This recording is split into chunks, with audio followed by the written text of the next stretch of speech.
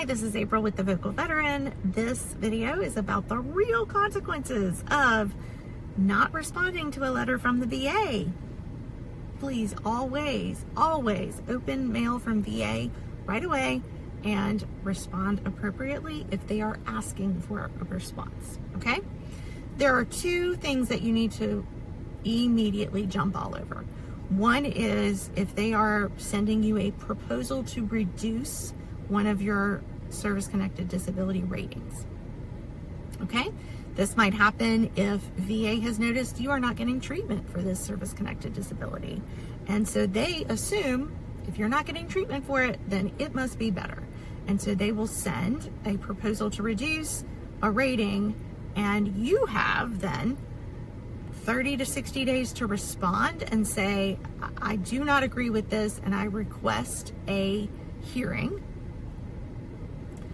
Request a hearing, and that way they do not reduce it until you have the hearing, okay? And if you don't reply within that time frame, if you reply after the 60-day window, then they will reduce it until you have the hearing. And at the hearing, if they decide, oh yeah, never mind, we shouldn't have reduced, will they go back and give you all that back pay? No, they will not. They will just reinstate the rating as of that date of the hearing. Okay? So always respond within the allotted time and always request a hearing. And then while you're waiting on the hearing date, gather all the evidence that your disability has not gotten better. In fact, probably it has gotten worse. And in the case of several of my clients, it is because they are getting private health care and not VA health care.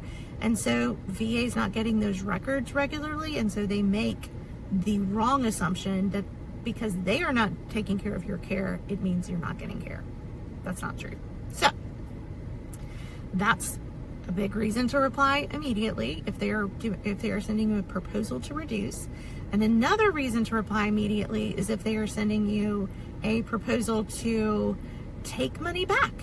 So if they have seen that there is some sort of error that has been made and you owe them money, they will say, hey, here's a bill, here's some money that we accidentally let you have and you shouldn't have had. And so unless you tell us otherwise, we're going to take that back in the next 30 days. So again, you have to immediately reply on VA's personal statement form of 214138 and tell them you disagree and you do not want to pay that debt back. And you can give them reasons. You can request a hearing. You can basically just tell them, hey, wait, don't take that money back until we talk about it. I have a client who this happened. They sent hey, we were just looking at your file and we realized we added your dependents like 6 months earlier than we should have. So that's, I don't know, it was like $1,200. So we're going to want that $1,200 back, and we're going to go ahead and take it next month unless you tell us otherwise. Well, this mistake had happened prior to his being represented by me. He had filed all the correct paperwork. VA had just made a clerical error, and those happen. But if a clerical error, it's not, the veteran didn't do anything wrong. He gave all the correct information. VA incorrectly inputted it into their system. Not his fault. And it is improper for VA to then punish the veteran for an error that was not his. So we immediately replied with a statement to that effect. And of course, as soon as VA realizes that you're going to push back a little bit, then they're not moving on it at all. So it's still, this was back in February, and today we're in September.